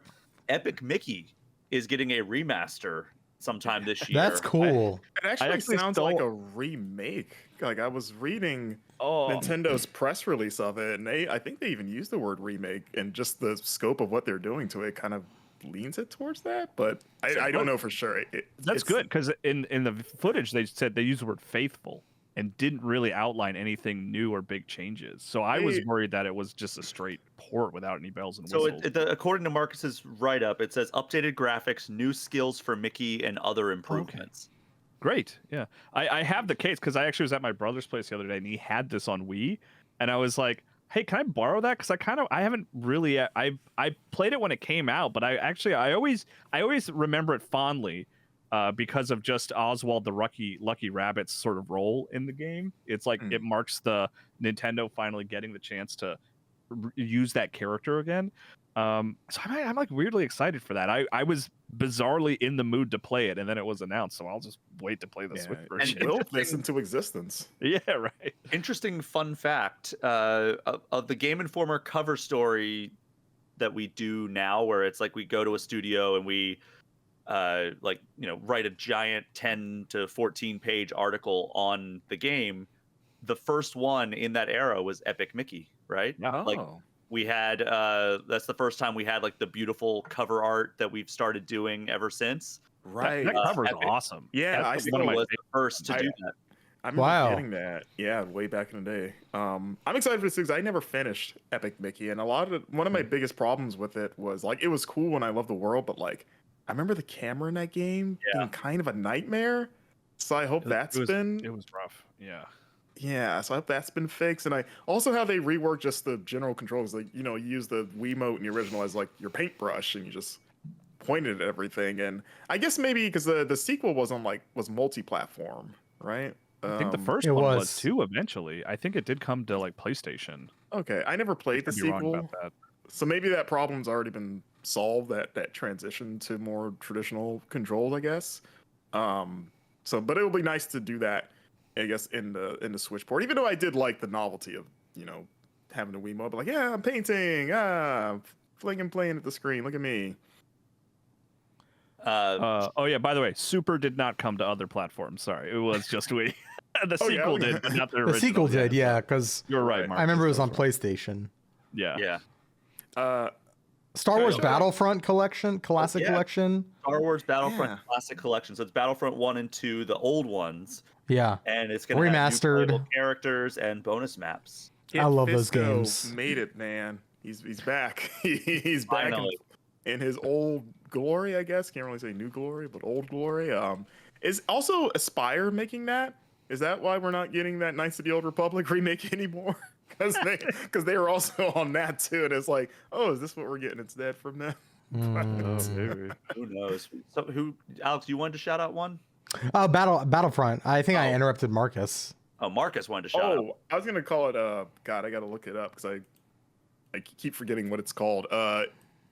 Ender Magnolia Bloom in the Mist, which is a sequel question mark to Ender Lilies, Quietest of the Night, which is a game that I reviewed a couple years ago and gave it a good score. I believe I gave it an 8.5. It's really cool, kind of like dark fantasy Metroidvania. As good as Final Fantasy VII Rebirth. Don't. Yeah, if we have to use the internet's logic, that's good. But that game is really good, and I think it's kind of an underrated Metroidvania, like modern Metroidvania, and a game I didn't expect really any sort of follow-up to ever. So that was a fun surprise for me personally. There was, I mean, speaking of surprises, Penny's Big Breakaway out today. Yeah. I was not expecting that. I'm very excited because I really want to play that game. But yeah, I did not not out of expect nowhere. that to be a shadow dropped game. Like that was one that I didn't even know we didn't have a date for. It was like one of those. Like I just assumed we had a release March or something. Yeah. It was is that the Hi-Fi Rush of this year potentially? Even though we already knew about it. No. No, Hi-Fi Rush like came out of nowhere, and then we were allowed to play it. Where this was, we've known about it and been excited for it. We just weren't expecting to play it so soon. We've got a new Super Monkey Ball game. Yeah. Super Monkey Ball Banana Rumble. 16-player online multiplayer, a bunch of new mini games, adventure mode with 200 levels that can play up to 4 players co-op if you want, otherwise solo. I like Super Monkey Ball. Yeah. It's fun. Yeah. It's been a long time since there's been a new one too, right? Because the last it's one been was a like lot a of weird remakes and remasters and A lot of stuff. ports. World of Goo 2 finally has a release date. Yeah. It's a console exclusive on Switch. It's coming May 23rd. I have no idea about that game, but I know people like it a lot. Another Crab's Treasure has. I've played that game. I like that game. In my April preview. 25th. Yeah. I'm just scrolling through Marcus's thing. Oh, Pepper Grinder has a release date. Thank God. yeah. Thank God. Yeah, I played the Steam demo and had a great time. I actually stopped myself after the second level because I was like, I know I'm going to play this. I don't want to spoil myself. I got what I needed in terms of like, yep, this is as fun as it looked. I'm going to play this. I'm glad it's coming out sooner than later now. There was I was excited to see those rare games come to Nintendo Switch Online, like Killer Instinct on Super Nintendo and Blast Core. I have a lot of affection for Blast Core. That's like one of those games that was like really tough when I was young, and I like didn't make a ton of progress on it that I would like to revisit as an adult and like probably be able to like rip through it and beat it no problem, like I did Pilot Wing 64 a couple of years ago. Yeah. Like I could never get far in Pilot Wing 64 when it came to Switch. I was like, oh, this is great. I ripped through this. I love Pilot Wings. Awesome. Yeah. There's no the original Battletoads is not coming to Switch, but Battletoads in Battle Maniacs is on Switch. That was kind of a weird thing because I know a lot of people are frustrated by Battletoads on Nintendo or NES, but like it seems like a weird omission if they're going to bring a Battletoads game over to Switch. Yeah, a little odd. But whatever, I'll take it. I love RC Pro-Am. Nintendo in the business of not breaking up friendships because that's what Battletoads does. Yes. Lastly, there was that cool it was a puzzle game. Arranger? Arranger, yeah. Yeah, that game is cool. Looks interesting. Where it looks like you're like top down like world, like almost like a 2D Zelda world, right? but like you are moving on these tiles and everything moves when you moves. Yeah, rows and columns. Yeah, it looks cool. I want to play that. That's literally how I played the Cadence of Hyrule. Yeah, that's Like I turned off the music things. I Yeah. just couldn't play to the beat. But if you do that, it literally turns into that game where like you just have everything moves when you move. So it's just a big puzzle game, and I think it's better that way. So I was like, oh, I'll play this. This is just that.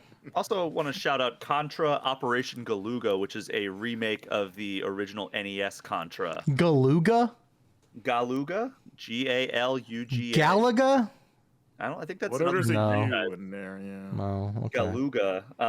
So yeah, we finally have March 12th as the release date there, so that's coming up fast. Contra on NES was like one of the first video games I ever played, so I'm excited for that. That made you a tough person immediately.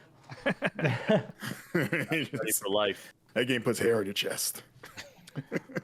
Well, cool. Well, I've got one more game to talk about if you guys don't mind sitting here for a couple more minutes. I'm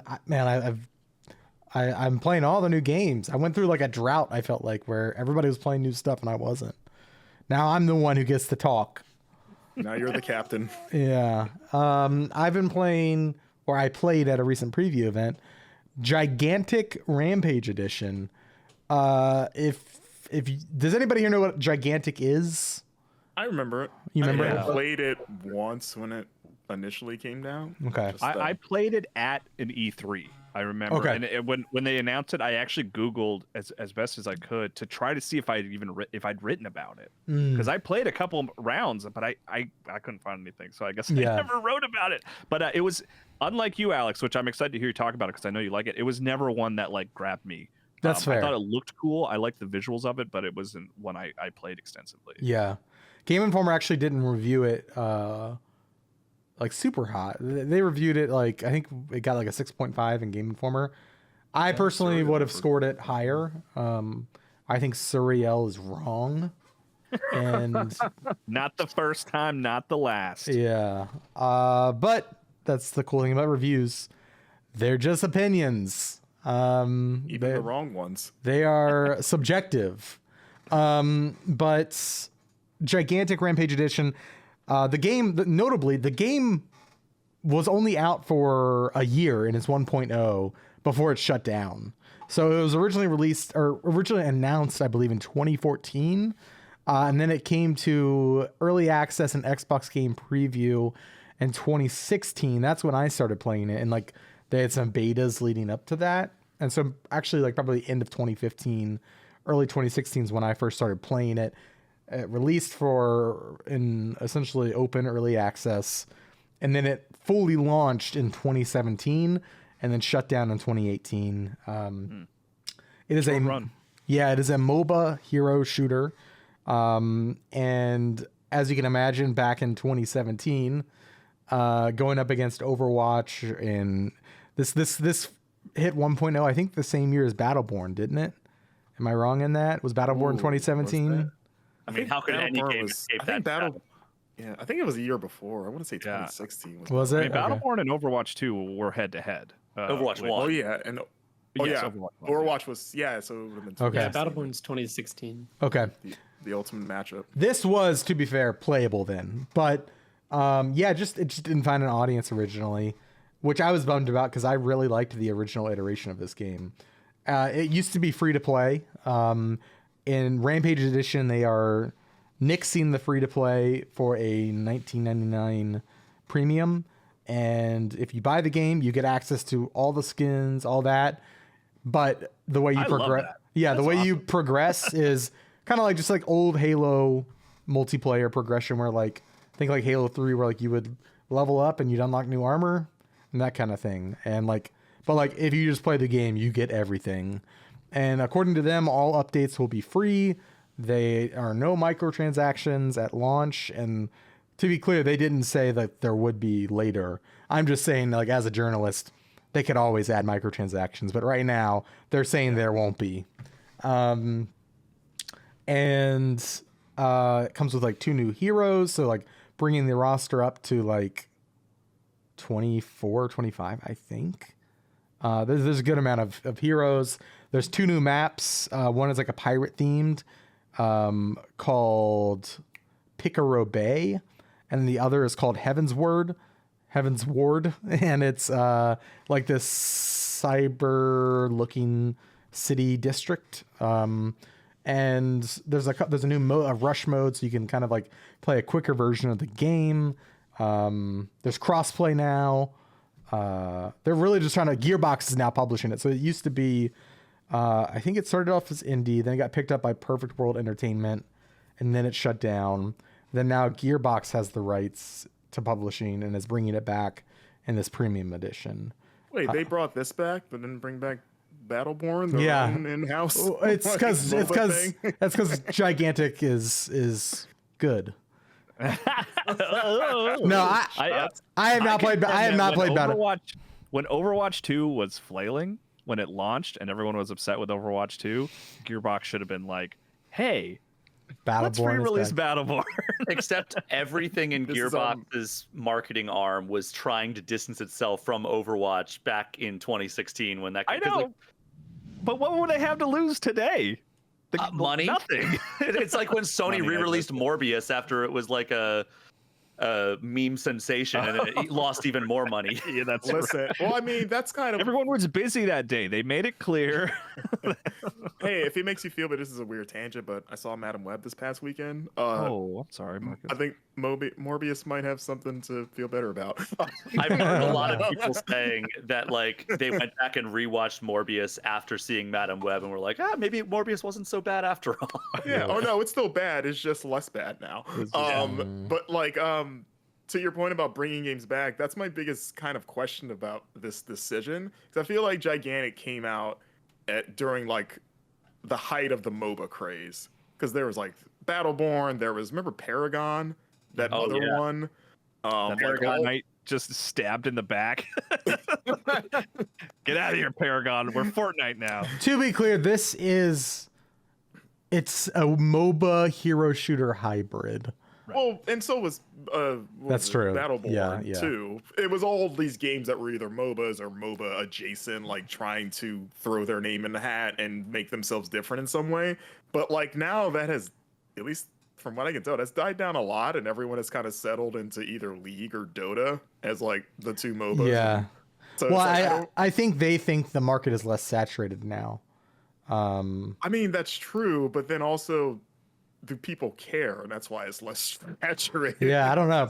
Everyone's like, well, if I want to play this, I'll play the two big boys, you know? So I'm wondering how much will this do better because it doesn't have as much competition, or will it still do bad because people are like into battle royales and others, like MOBAs aren't hot the way they used to be, you know? Yeah. I'm rooting for it. Like, honestly, like I'm to be perfectly honest, it's not one that I will play. I don't really play a lot of multiplayer games. I don't see Gigantic pulling me in. I could be wrong. Maybe I'll give it a shot and love it.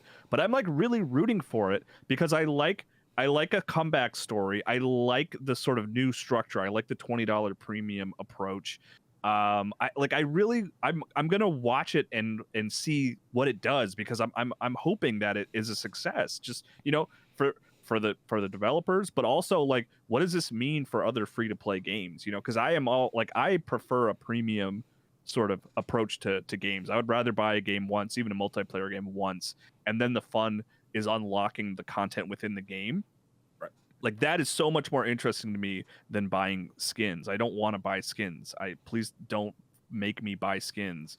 So if Gigantic finds its audience and this becomes like, you know, well liked, I could see it pushing other people to like look at their old libraries or like maybe look at more of a premium model. I'm hopeful for it. Is there anything that you get if you played Gigantic back in the day? Like, if you have like an account, like, is it like, oh, you unlocked these skins, so we'll just transfer those over to this new edition? Founder's Kite. You get to enjoy a game that you can no longer play. Yeah, all right, fair enough. Yeah, dude, like if I had leftover currency, is that still in the bank? Yeah, I don't think so. Maybe they'll give you an emblem or something. I don't know. I only had limited time at my preview event, and I was focused on playing it and seeing what was new. So I didn't have a chance to ask Alex, that. Right? Yeah, like, I mean, all these years, like, it's fun to I am revisit. very excited to play Gigantic again. I was really sad when it went away. I think I was on like the Gigantic Reddit page back then. I was following like the fan accounts. I like the game. I recognize it's not for everybody, and like it is a more simplified MOBA, but I really enjoy the characters and the look of it. I'm excited to play my boy Charnock again. He's like a dragon mage. Okay. A lot of characters in this game have fun mobility. A lot of grappling hooks and super jumps and that kind of thing. There's one character that can burrow into the ground. And he comes up and like surprises me. He's like this tank dude. But yeah, the main gameplay loop is like the same as it was, where like you are vying for points on a map, like controlling, like almost like dominations, Call of Duty style control points. And the more you do, you're like getting overall points. And then whatever team gets to this threshold first, they can then take shots at the enemy team's guardian, which is like this big beast. And it's essentially like, if you've played a MOBA, it's like the Nexus. It's the home base that you have to destroy is this guardian. And the first team, if you played Gambit and Destiny 2, it's a little bit like that, where like first team to burn down the enemy big bad is the winner. And it's a lot of fun. You are like, there are some new, like if you don't want to deal with like picking your abilities mid-match, like, oh, I'm gonna upgrade this ability, I want to upgrade this ability, there are new like automation paths that you can just like select your play style and it'll just automatically do it for you in the game. You don't have to worry about that. You can play it more like a hero shooter and less like a MOBA, by just automating those elements. Or if you want to like really customize your character and like, you know, really carve out your own path, you can do that too. So Alex, before this got announced, was this like your number one game that just no longer exists that you wish would come back? No, that is Lawbreakers. Oh wow. Yeah. Does everybody have like a pick? I would say this game no longer exists. I would say Lawbreakers is maybe one of the reasons I have this job today, because it was the reason I started doing video game videos. And like it was I did like a video essay when it came out, breaking down like the history of Unreal and like Locomotion and Cliffy B's games, and like that was like the video that like got the Cliffy B follow for me and got like the following from a couple other devs and kind of just like lit a fire under me. So shout out to Lawbreakers. Hey, I think it was underrated. I think maybe that's a game now that the hero shooter market is a little less saturated. He can bring it back and be like, everyone comes back and then they resaturation it again. And they resaturate all the markets again. For me, what was the Lawbreakers follow-up real quick? The Radical Heights. Radical Heights. Which I forgot about that game. I got 2 wins in that game before it shut down like a couple weeks later. What was the one that Ninja Theory had? That like multiplayer one. The Xbox exclusive one, I think. Is that Naraka Blade Point? No. God, I have the image in my head, but I cannot remember the name of it at all. I can also picture it in my head. It was Bleeding Edge. That's right. So I was like, I know I played it. Like I also played that. Rounds. Is that still around? No. It says on January 28th, 2021, Ninja Theory ended development on Bleeding Edge. I don't know if it's offline though. I think you can still download it. I don't know if you can still play it, but it's on Game Pass still. It's got a hot 6.75 from Game Informer. I enjoyed that game. I do think Serial too? I think that was a fair score, but I did enjoy that. It was a very enjoyable 6.75. Andrew Reiner reviewed that one. For me, it would be Knockout City. I think that one died way too early. Oh yeah, Knockout City was awesome. Yeah, that game was fun. Yeah.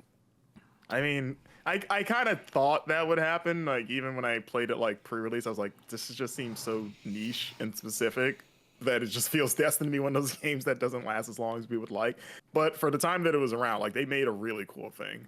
Hopefully Foam Stars is not soon to join that, because I enjoy Foam Stars, but it just does not seem like, it seems like Helldivers is just annihilating anything else that's like a multiplayer game right now. Hey Brian, I forgot that name existed until you used, and now I'm like, oh yeah, I should download that and try that out. I haven't had a chance to play Foam Stars. Yeah, no, that I don't know if you guys heard, that game's official title is now "Oh yeah, Foam Stars." That's what they call it. Oh yeah, Foam Stars. That's not a good sign. I can't get into Helldiver, so I'll play this instead. By the way, we do have a little bit of news that hit my inbox just now regarding those Xbox titles. We now know all 4 of them and when and where they are coming out. Here we go.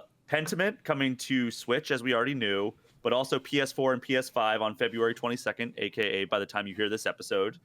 Hi-Fi Rush coming to PS5 on March 19th. Grounded, as we already knew, coming to Switch on April 16th, but also PS4 and PS5. And then Sea of Thieves coming to PlayStation 5 on April 30th. Okay, so the rumors were true. Yes, the exact report. I think shout out The Verge for getting those titles before they were announced. But yeah, that's when and where you'll be able to play those previously Xbox exclusive titles.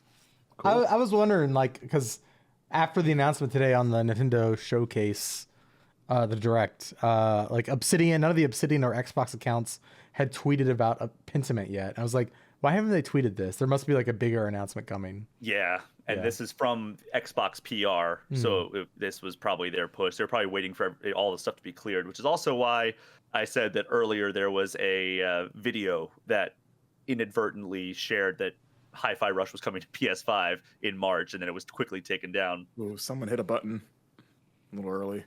I'm excited, honestly, for all those, for Pentiment to get in front of more people. I really like that game. Like, I love that game's story. I still think about the story of that game, excuse me, every now and then. So I'm curious to see if it takes off elsewhere. And that's also a game that I remember playing at the time on Xbox, really wishing that it was on Switch, because it just felt like a great Switch game. Yeah, because it is a lot of like reading.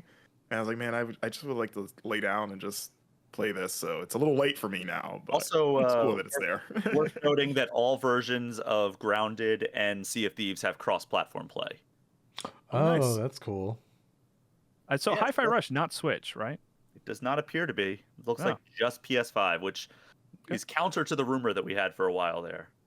Yeah, I mean, it just feels that's another one that's like hard to define exactly why it feels like it would be good on Switch, but it feels like it would be good on Switch. But maybe it's more powerful under the hood than I'm giving it credit for. I mean, it is a really good looking game that runs well, so maybe Switch. I mean, it's not on Xbox One, is it? I think it's only Series X and PC. So maybe it is like maybe it is something like maybe they couldn't get it to run at like a steady frame rate that you need for like an action rhythm game. Yeah, I mean, the entire level dances to the beat. That's pretty.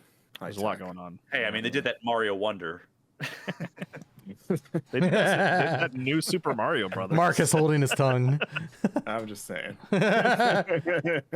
All right, well, shout out Kingmakers, which is the medieval combat game where you play as a modern soldier with a gun and a truck.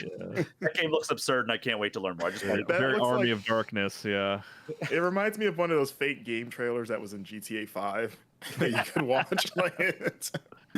I'm so excited for that. Go watch that trailer if you have not seen that already. It's unbelievable. And the key art belongs in a museum, I believe, as our own production director, Margaret Andrews, pointed out. It is phenomenal.